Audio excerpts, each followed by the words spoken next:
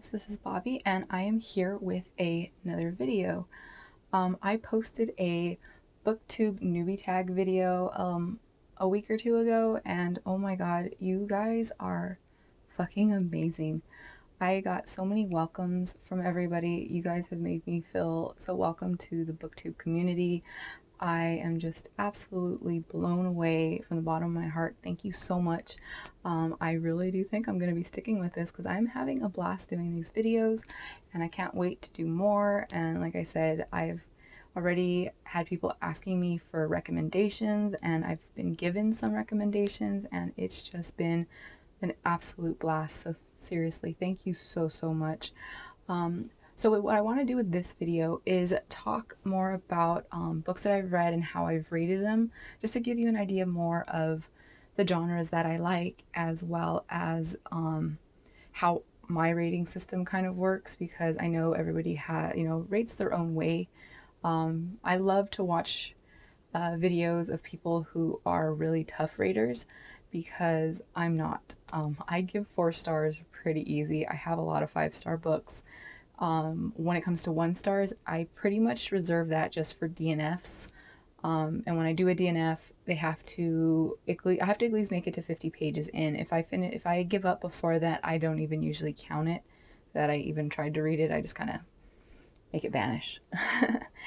So yeah, what I'm gonna do is 1-star book, 2-star books, 3-star books, 4-star books, and you guessed it, 5-star books. So let's get started because I don't want this video to stretch on too long.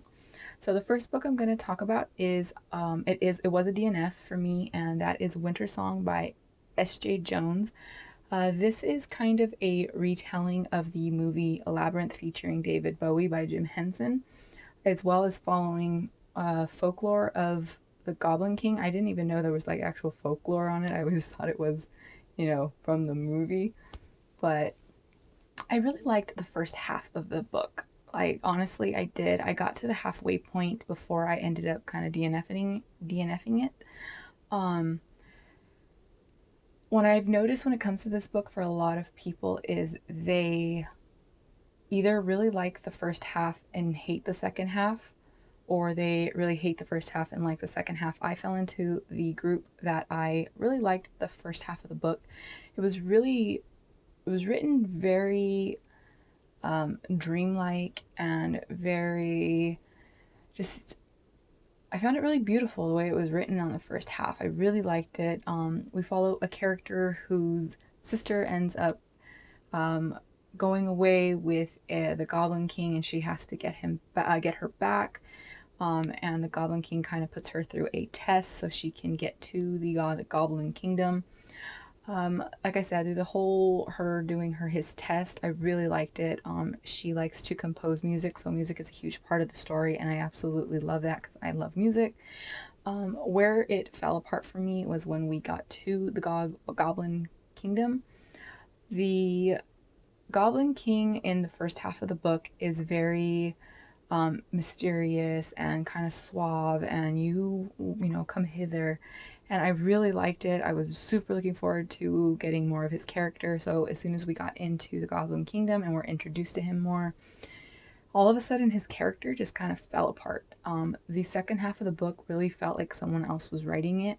The writing got really immature. The Goblin King became just like a child almost. It was really odd. And then for it to be this really bordered on the NA, new adult type of genre for me, because there was a lot of like heavy petting going on and stuff, and the writing style along with that was just really, I didn't like it. Like I said, it just got really immature, and then for these kind of more adultish themes to get thrown in was just really, I didn't like it. And like I ended up skimming through it, and then I kind of just jumped to the end to see what happened, and that's when I found out there was a sequel. I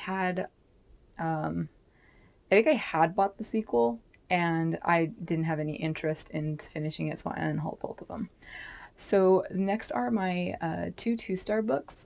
First, I will talk about, this one was like Winter Song, that I really liked the first half, didn't like the second half, but I went in with really high hopes.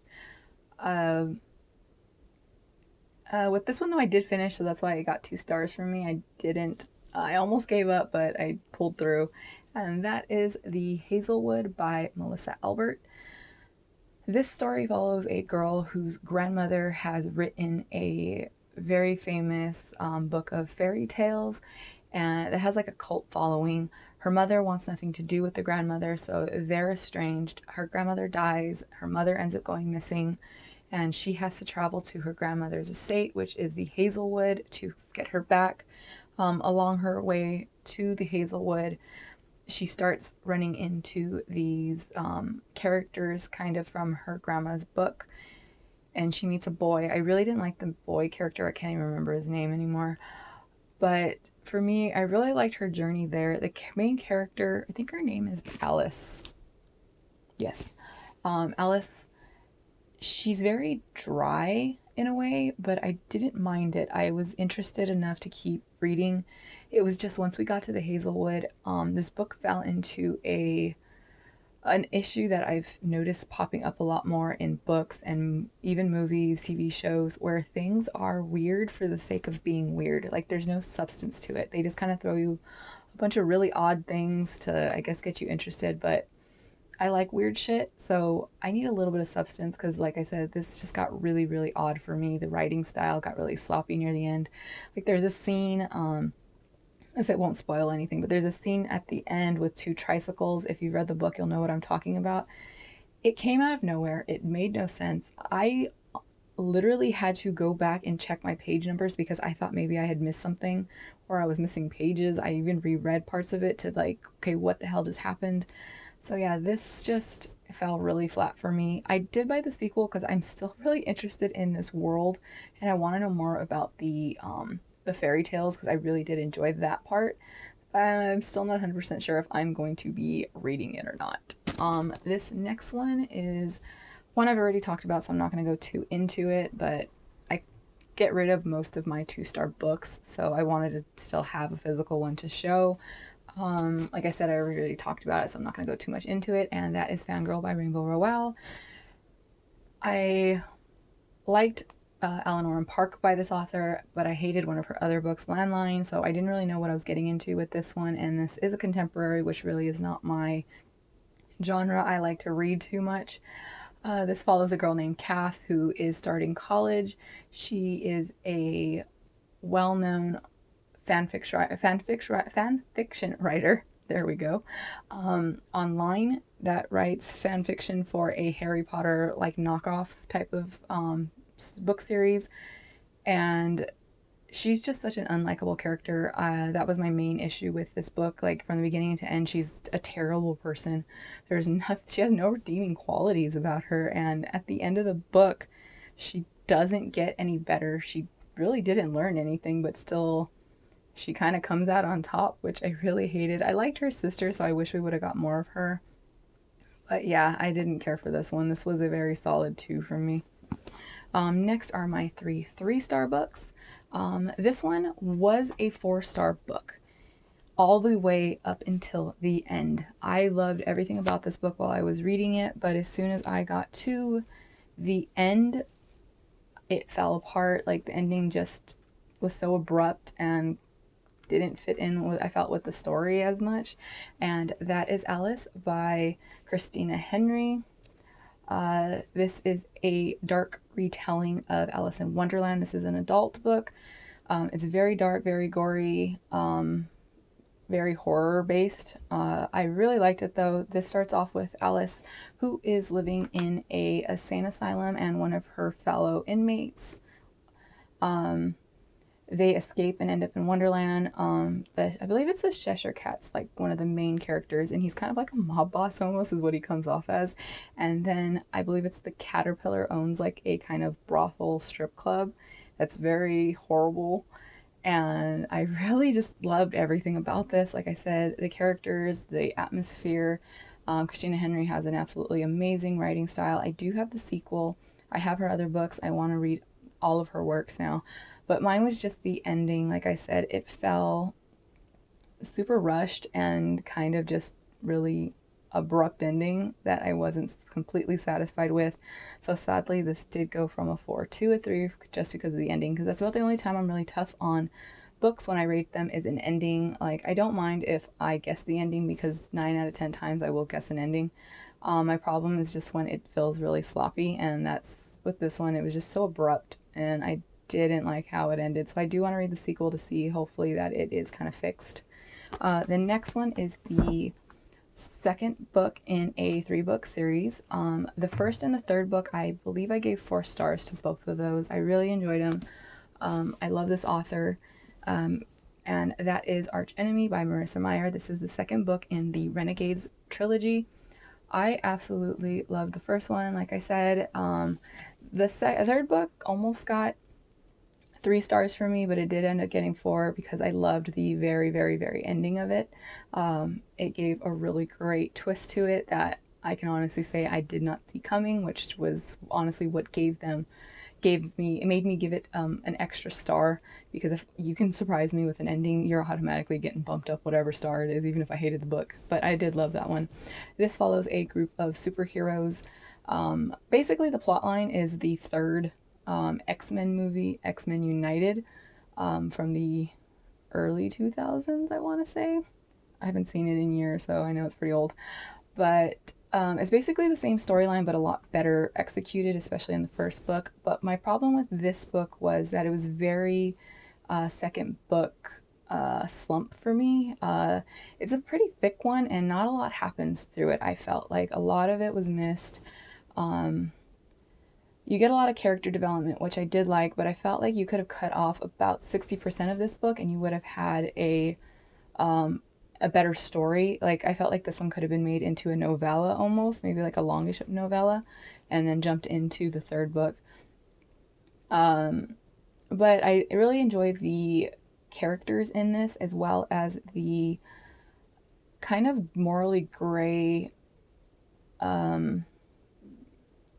grounds that especially the superhero group, the Renegades, the older members, the like kind of Justice League Avengers type of group, the more you learn about them, the more you learn that, you have to do bad shit a lot of times when you are a superhero. It's not all, doing what is seen as right. There is a lot of just fucked up shit, honestly, like there was. But I did like it. I liked getting to know those characters, but like I said, with this one, I just felt like you could have cut off a good chunk of this. Like, it could have been taken down to a novella really easily. So this next one, I don't own it physically. I had just downloaded it on my Kindle. I literally finished reading it right before I had started filming this. I kept seeing it pop up, and it sounded really interesting, and it's a really short book. I believe it's 200 pages or just under 200 pages. I'm not 100% sure because I did read it on my Kindle.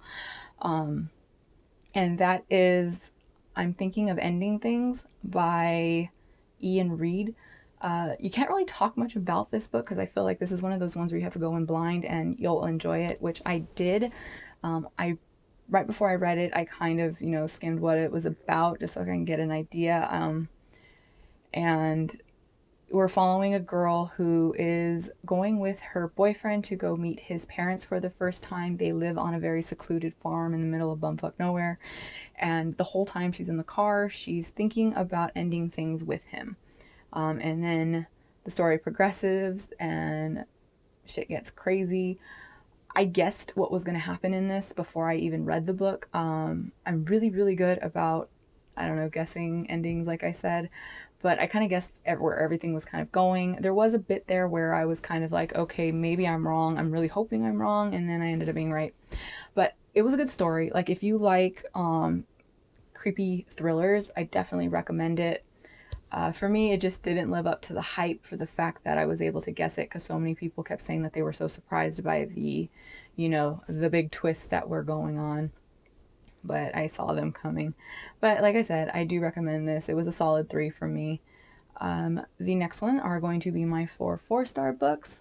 We will start with Heart-Shaped Box by Joe Hill. I have another one of his on this list as well in my 5 stars, and that is his comic series. So, spoiler. I got into that series first. I absolutely loved it, and then someone recommended that I start, if I wanted to get into his novels, that I should start with this one. I'm really glad I did. This is a modern day ghost story. This follows a aging rock star named Judas, and he likes to collect like grotesque kind of oddities. He has like serial killer paintings and a snuff film. His assistant ends up seeing on a eBay-esque like site that there's a bid going for a dead man's suit that also comes with a ghost. So the lady that is selling it is guaranteeing that when you buy this suit, you also get the ghost, even if it's not true. He just thinks it's something kind of, you know, cool to have. So he ends up buying it, and as soon as he gets it, weird shit starts happening. I don't want to talk too much about it because this does have a very, once it starts going, you figure out what's happening and everything is what really just gets you sucked in. And like I said, I don't want to spoil that.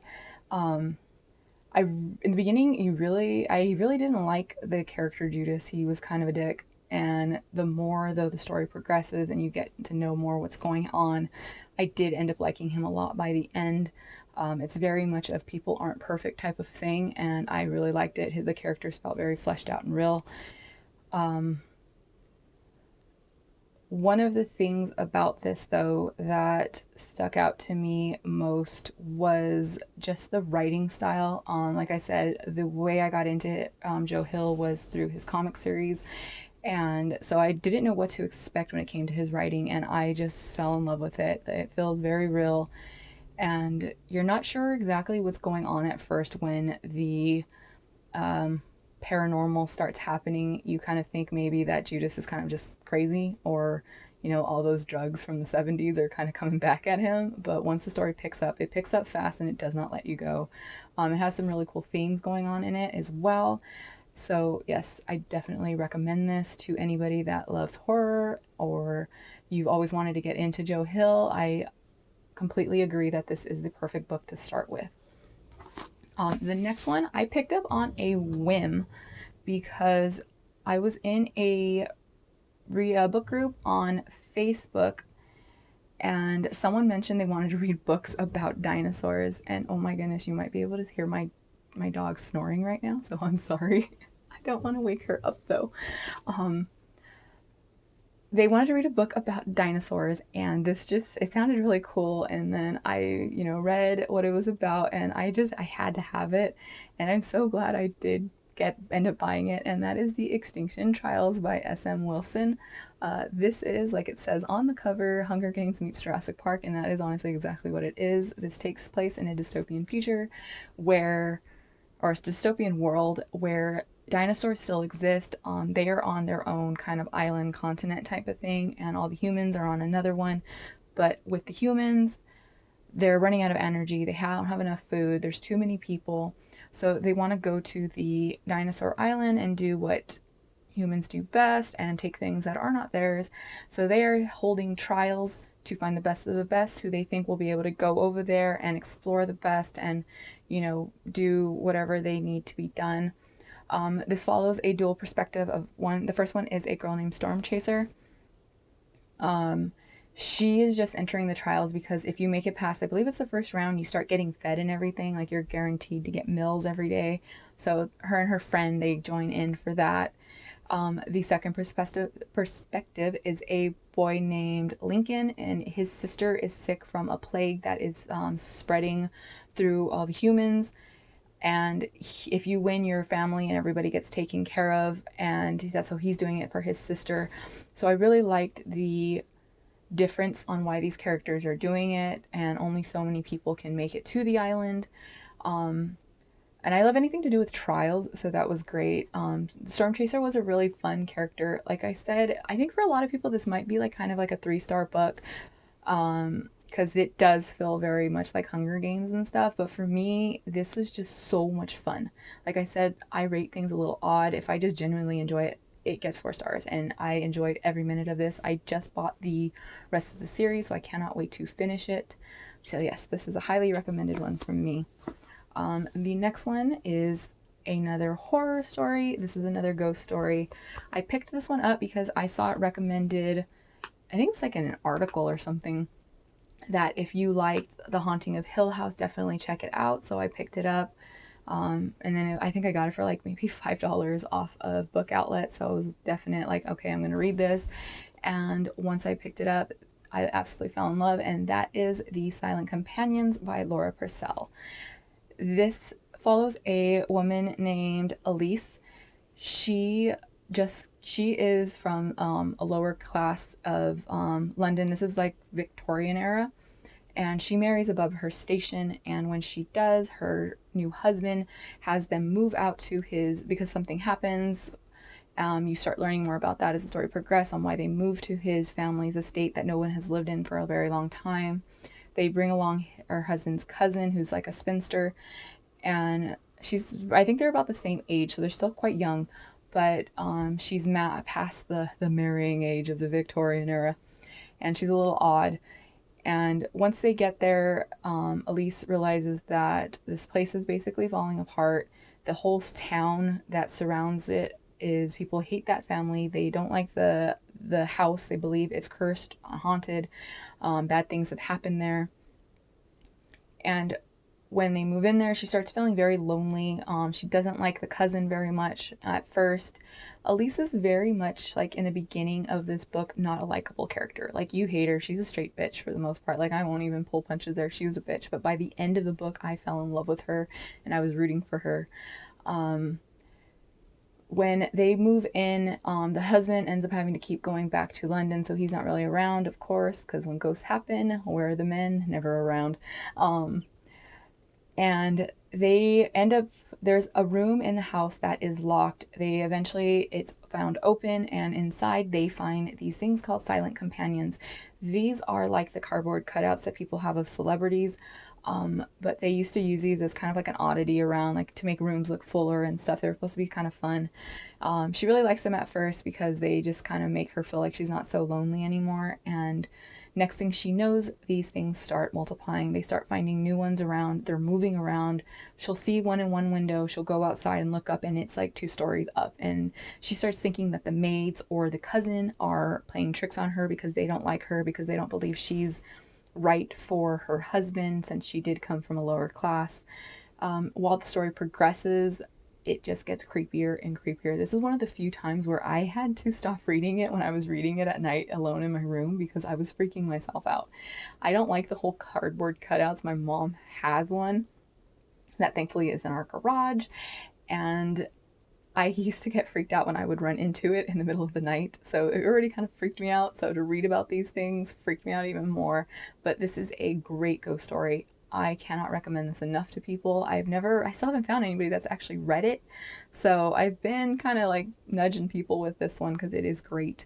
The next one is one of my most recent reads. I just finished it in May. I finished it maybe a week ago, and it's making its rounds right now. It's very popular, so I know you've probably heard of it, and that is the Southern Book Club's Guide to Slaying Vampires by Grady Hendrix. I love his other books, so I knew I automatically was going to read this one, and I did really, really enjoy it. I couldn't give it 5 stars like his other books because this one was a little slow going at points for me, and there was some issues for me, but as a whole, it was a really good story. I absolutely love vampires. This takes place in mainly the 90s, which I'm a 90s kid, so I was super excited for that. This follows a group of women that make their own book club, and they like to read true crime books, like about serial killers and cult leaders and stuff like that. A new neighbor ends up moving into the neighborhood, and he's kind of shady. He doesn't fit in, since this is a very upper class white neighborhood, and he's kind of, he looks kind of like he's shabby. He doesn't come out during the day, and she starts suspecting him of something, and then they find out that there are kids going missing, or they are killing themselves in a Black community. They find this out through her, a nurse that is taking care of the main character, Patricia's mother-in-law, who has either Alzheimer's or dementia. and shit gets crazy. It gets really crazy in certain parts, and then it dips down again, and that's where it kind of just a lot of nothing felt like it was kind of going on, and that's where it kind of lost me. But when this book picks up, it grabs you and it just draws you in. A lot of people are talking about the social commentary in this. It does have it, but I don't think it has it as much as people are giving it claim for, with the whole the poor black community is the one that is being targeted and nobody gives a shit about it. But the white women, once they find out about this, at first they want to help, but then when they realize it's gonna affect their families, they kind of just throw in the towel. So with that, yeah, you get some, but I don't feel like it deserves the amount of credit that I see a lot of people giving it. The ending to this is what made me bump it up to a 4-star, because I loved the whole kind of last, I want to say about maybe 70%, like from 70 to the end of it. I just absolutely loved it. It was great. The story picked up, didn't let you go, and I could not get enough of it. So those are my 4 stars. So now we're into the 5-star. The first one is another second book of a series. Absolutely love the first one. I believe I gave it 5 stars, but I'm talking about this one because this one just left me in awe, and that is Slender Head by Neil Shusterman. Holy crap. I will tell you just one thing. My review for this was one word, and it was fuck. Because when I got to the ending, I slammed the book down, I threw it on my bed, and I just screamed fuck, because it was so good. The ending just left me the holy crap, I needed more, and I had read this right when it had came out, and knowing I was going to wait a year, I was so mad. But this is an absolutely amazing series. It takes place in a utopian future where we've conquered death, but they have to keep population under control. So they have scythes, which are basically grim reapers that go around and choose people supposed to be at random to die, so they can kind of keep population control. This follows 2 main characters that are both apprentices to become scythes. They end up at first they're together, and then they get split up to different mentors. One of them ends up with a mentor that enjoys the killing, which is supposed to be something that scythes aren't supposed to like. The other one ends up with she ends up with one that is very by the rules and a good person, and well, as good as a person as you can be in their situation. But when it came to this one, the ending was just absolutely amazing. Definitely, I recommend this series. I need to finish it. I have it. I've just been hearing a lot of like not great things about the 3rd book, so I've been kind of lagging on it, and I don't like to finish series because I'm dumb. The next one was a blind buy for me. I needed like a couple extra dollars to get the free shipping on Book Outlet, so I bought it. As soon as I got it though, it looked really interesting, and I read, what it was about, and I'm like, okay, let's do this real quick. Next thing I know, I was almost done with the book, and that is Wolf by Wolf by Ryan Godden. This is a book that takes place after World War II, where the Nazis and the Axis power have won. To celebrate, they hold a yearly motorcycle race across all of the Axis power nations, and this main character is a girl who was experimented on inside of the concentration camps, and she ends up getting the powers to skin shift. There are stipulations to her, which I really like. She can only shift into people that are the same age as her, same gender, and any marks on her body come into the new one. The previous year, a girl had won the race, so they kidnap that girl and switch off the main character for her place to race, because if you win, you go to a celebratory ball and you get to meet Adolf Hitler, and she has been tasked with killing Hitler. I love Inglourious Basterds. This is very much in that vein. I could not get enough. It was amazing. Definitely check this out. The ending was phenomenal. My other 2 are comic books that I read on my Kindle, and the first one is Lock and Key by Joe Hill and illustrated by Gabriel Rodriguez. Absolutely phenomenal artist. This follows the story of a family, the Locke family, who move into their father's family home, which is Key House, after he is murdered. Once they get there, the youngest son starts finding these magical keys around the house that give them powers. This is a Netflix show now, but one thing you should know about going in if you want to read the comic book series is that the TV show has made it very more young adult, teenagers and adult can really enjoy it.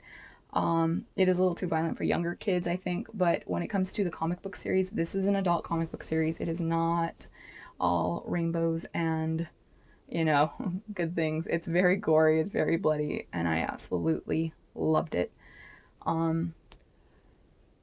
I cannot recommend this enough. This was the first one that I read by Joe Hill, and that's what got me into wanting to read the rest of his stuff. But yes, this is such a fun and just really cool and horror-based comic book. The next one that I read was Lumberjanes by Grace Ellis and Shannon Waiters. This is a LGBT, completely inclusive of people of color and just everything. It's amazing. It's so much fun. The artwork is absolutely beautiful and eye-popping and cute, and I loved everything about it. This follows a group of girls, the Lumberjane, who are going to a Girl Scouts kind of camp. Well, that's what they think they're going to, but instead of doing macrame and selling cookies, they start dealing with mermaids and monsters and pocket universes and gods and goddesses. Like, it is so much fun. Like I said, this is completely inclusive. Most of the characters are people of color. We've got trans characters, we have lesbian characters, we have gender fluid characters that go by they, them. This is just absolutely wonderful. Like, I love it. It's great for adults and kids. I cannot talk enough about it. Definitely check it out if you were interested in that. This last book I'm going to talk about is one of my favorite reads from last year, and that is Daisy Jones and the Six by Taylor Jenkins Reid. This follows the story of a band who were at their top of the game at the time, and all of a sudden they just ended it. Nobody knew why, and this takes place as an interview of them talking to the band so they can finally find out what happened. I loved this book. This is kind of very Fleetwood Mac, and they were one of my favorite bands, so I could not get enough of this. I loved it. My favorite character was actually the keyboardist from this, and I definitely, because everyone always thinks Stevie Nicks would be my favorite band member, and it's actually McVie that is my favorite, who is the keyboardist, so I kind of had a soft spot for her. But every character in this is just amazing, and the storytelling is very unique because it's told as an interview. So most of this is dialogue, which I absolutely loved, and the ending to this was one of the few that just surprised me. I loved it. I know you've probably heard this book talked about a bunch of times, but yes, it was one of my absolute favorites. So those are my books. That's how I rate. That's what I like. So I hope you guys really enjoyed this, and happy reading, and leave me some recommendations if you saw anything in here that you thought you want me to talk about more. I would love to. Or if you saw something in here you think you can rec me something that you liked, I would love that. So thank you so much, and thank you again for everybody that's been so welcoming to me.